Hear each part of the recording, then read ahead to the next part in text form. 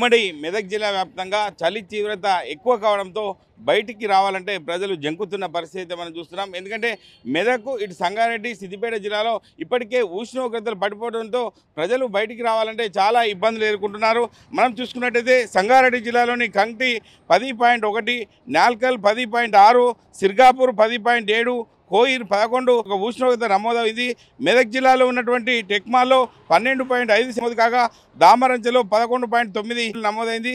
రేగోడ్లో చూసుకున్నట్టయితే 12.1 నమోదైంది. గత వారంలో చూసుకున్నట్టయితే 7 డిగ్రీల ఉష్ణోగ్రత నమోదు కావడంతో అంటే నాల్కల్ సంబంధించి చూసుకున్నట్లయితే ఉష్ణోగ్రత భారీగా తగ్గడంతో ప్రజలు అవస్థలకు గురైన పరిస్థితి. ఎందుకంటే చిన్నలు వృద్ధులు కూడా బయటికి రాకుండా 8 గంటల తర్వాత బయటకు వస్తే బాగుంటుందని చెప్పి ఈ యొక్క డాక్టర్లు కూడా సూచనలు చేస్తున్న పరిస్థితి మనం చూస్తున్నాం. ప్రస్తుతం మనం చూడొచ్చు సిద్దిపేట పట్టణ కేంద్రంలోని టీ స్టాల్ వద్ద వచ్చినటువంటి అంటే ఫిజికల్గా వాళ్ళు వ్యాయామం చేయాలన్న ఉద్దేశం కొద్దీ రన్నింగ్ చేసే వాకర్స్తో మనం ప్రస్తుతం ఉన్నాం. వారికి సంబంధించి వారిని అడిగి తెలుసు. చెప్పండి, ఎట్లా ఉంది పరిస్థితి? అంటే గత సంవత్సరం కంటే ఈ సంవత్సరం ఎలా ఉందని అనుకోవచ్చు? డిసెంబర్లో మామూలుగా మేము స్వెటర్లు వేసుకోకుండా వచ్చేవాళ్ళం. ఇప్పుడు స్వెటర్ క్యాప్ ధరించిన తర్వాతనే రావాల్సి వస్తుంది.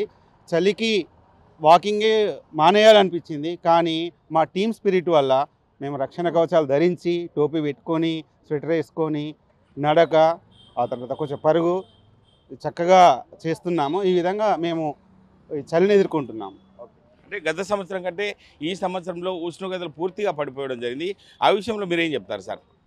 తప్పకుండా ఈ సంవత్సరం కాస్త ఉష్ణోగ్రతలు భారీగానే పడిపోయినాయి. అయితే ఎంత చలి పెట్టినప్పటికీ కూడా వాకింగ్ అనేటువంటి తప్పదు అనేటువంటి ఉద్దేశంతో పొద్దున్నే లేచి రావడం అనేటువంటి జరుగుతుంది. అయితే మామూలు ప్రజలైతే ఇళ్లలో నుంచి బయటకు వచ్చే పరిస్థితి కనిపించట్లేదు. చలి తీవ్రత పెరగడంతో వృద్ధులు తీవ్రంగా బాధపడేటువంటి పరిస్థితి అయితే నెలకొంది. గ్రామీణ ప్రాంతాల్లో చూసుకున్నట్టయితే అంటే ఈ యొక్క చలి తీవ్రత ఎక్కువ ఉండడం, మంటలు పెట్టుకునే పరిస్థితి ఉంది. కాబట్టి మీరు కూడా ఒక గ్రామీణ ప్రాంతం నుంచి వచ్చిన వారే కాబట్టి ఏం చెప్తారు సార్ అటువంటి విషయంలో? వాస్తవానికి ఈ యొక్క చలి తీవ్రత అనేది ఆ మధ్యలో ఒక తుఫాన్లు వేసినటువంటి కారణంలో ఒక 3-4 రోజులు మామూలుగా ఉండేను. కానీ ఒకేసారి మన రాత్రి ఏమనిపించలేదు, కానీ తెల్లారేసరికి బయటకు రావాలంటే చాలా ఇబ్బందికరమైన పరిస్థితి ఏర్పడేది. అయినప్పటికీ కొద్దిసేపు వాకింగ్ కాదు, ఇంతకుముందు వాకింగ్ ఒక రౌండ్ చేస్తే చెమటలు వచ్చేటివి, కానీ ఇప్పుడు రన్నింగ్ చేసినా కానీ చెమటలు వచ్చే పరిస్థితి లేదు. కాబట్టి చాలా జాగ్రత్తగా ఉండాల్సిన అవసరం ఉంది. చాలా తీవ్రతమైనటువంటి పరిస్థితులు ఎదుర్కొంటున్నాము.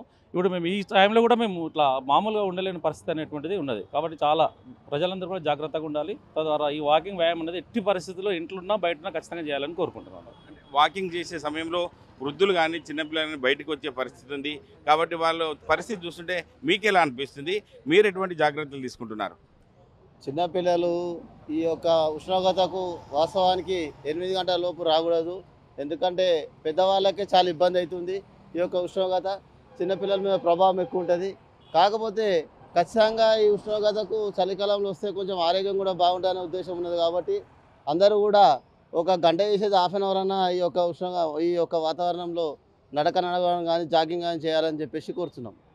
అంటే ఇది పరిస్థితి సిద్దిపేట జిల్లాలో ఉన్నటువంటి ఒక అంటే వాకర్స్ చెప్తున్న పరిస్థితి బట్టి చూసుకున్నట్టయితే ఎండ వచ్చిన తర్వాతనే బయటికి వెళ్ళాలి. ఎందుకంటే చిన్నపిల్లలు సైతం ఇటు వృద్ధులు కూడా బయటికి రావద్దు. ఎందుకంటే డాక్టర్ల సూచనలు సలహాలు పాటిస్తూ ముందుకెళ్ళినట్టయితే వాళ్ళ ఆరోగ్యంగా ముందుకెళ్లే పరిస్థితి ఉందని చెప్పి స్థానికంగా ఉన్నటువంటి వాకర్స్ కూడా చెప్పడం జరుగుతుంది. కెమెరామెన్ ఎల్లవరితో మహేష్, RTV, సిద్దిపేట జిల్లా. మరిన్ని వీడియోస్ కోసం ఛానల్ ని సబ్స్క్రైబ్ చేయండి. లేటెస్ట్ అప్డేట్స్ కోసం వాట్సాప్ ఛానల్ ని ఫాలో అవ్వండి. ఆ లింక్ డిస్క్రిప్షన్ లో ఉంది.